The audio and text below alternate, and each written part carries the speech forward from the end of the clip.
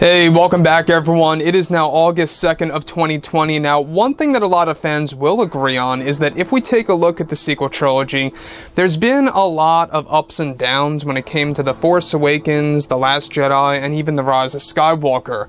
You know, as we see, Episode 7 was, pretty much in my eyes, a great start because it opened the gateway to what was possible for Episode 8 and 9. This is Mike Zero. Make sure to subscribe if you are new to the channel for future Star Wars content. Now, the one thing about all of this is that if we look back in 2015, little did we all know that The Last Jedi was going to cause such a great divide between Star Wars fans based on what writer and director Rian Johnson did with the character of Luke Skywalker and the core story elements of that movie. Now, moving forward, alright, a couple of years later, here we are, we have Disney trying to reshape Star Wars, bringing in tons of new TV shows and tons of new movies, you name it, that's truly going to change our perception of the franchise moving forward without Kathleen Kennedy's input on a creative scale. Now, one thing that is very exciting is that we got George Lucas, Jon Favreau, and Dave Filoni all working together as a team in order to really create a better future for the franchise by delivering authentic Star Wars stories forward for the fans. So here's the great deal about this, is that these are creators that are attached with George Lucas. Jon Favreau has often been described by Bob Iger as the next George Lucas, and Dave Filoni is also, of course, the true protege of George Lucas. He actually worked directly with Lucas for The Clone Wars, and even a bit with Star Wars Rebels. Now, with that being said, of course, what's really exciting is that now that both Disney and Lucasfilm are finished with The Rise of Skywalker, they are currently focused on their new Star Wars universe as well as their new Star Wars trilogy of movies.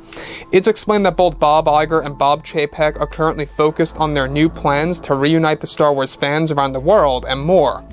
Now, it's noted that behind the scenes, many changes are being made to the Star Wars franchise by creator George Lucas, and that one major change that George Lucas wants to do involves The Rise of Skywalker as a film, as he wants to erase the ending of the movie in a unique way for the fans to enjoy.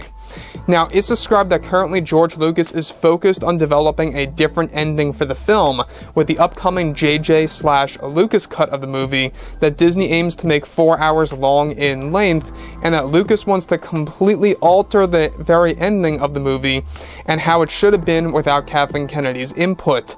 It's described that this big choice by George Lucas is to make sure that the very end of the Skywalker saga can be as true to his vision as possible for the fans, and that Lucas plans to erase the very end of The Rise of Skywalker with this brand new cut and is going to aim to consider it canon for the new Star Wars universe that will redefine the very ending of Star Wars Episode 9. Now, many fans may see this as a controversial choice, however others see this as a way to save the sequel trilogy. So essentially, George Lucas has this big plan in place here to essentially erase the very ending of The Rise of Skywalker with this new cut of Episode 9 that's going to involve all these different deleted scenes and these different takes on the franchise and more.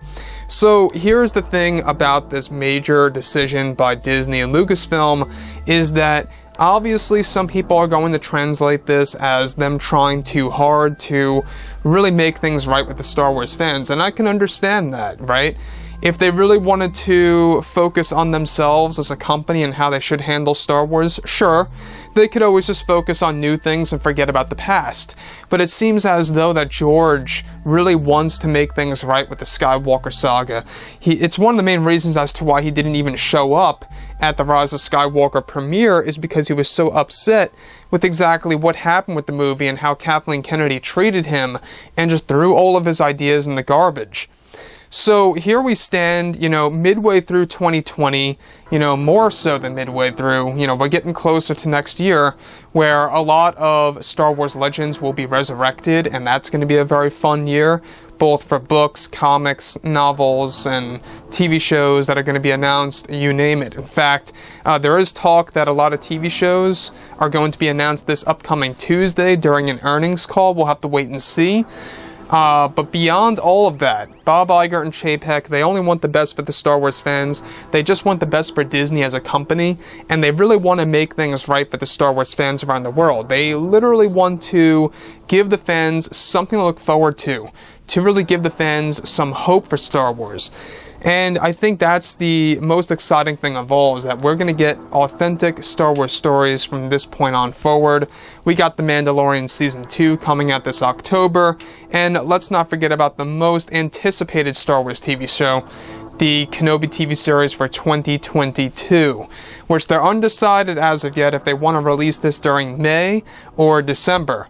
I would think that May would be a better time to actually release this series because, let's face it, May is a big month for Star Wars. So, like I've said before in the past, guys, drop a comment below. Let me know what you think about all of this in the comments. And if you guys did enjoy the content for today, do make sure to drop a thumbs up on this video to support the channel. I thank you all so very much for the kind support, and I'll catch you guys next time.